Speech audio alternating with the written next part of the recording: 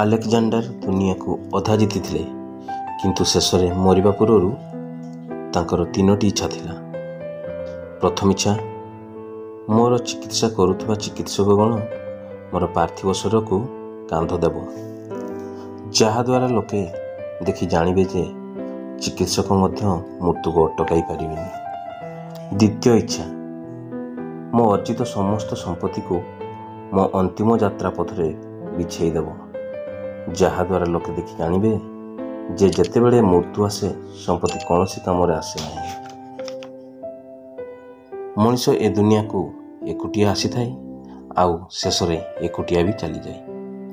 ତୃତୀୟ ଇଚ୍ଛା, ମୋ ଶୋଭାଯାତ୍ରା ସମୟରେ ମୋ ହାତ ଦୁଇଟାକୁ ବାହାରକୁ ଝୁଲାଇ ରଖିବ, କାହିଁକିନା ଏହାକୁ ଦେଖି ଲୋକେ ଜାଣିବେ ଯେ ମଣିଷ ଖାଲି ହାତରେ ଆସି ଖାଲି ହାତରେ ଚାଲିଯାଏ।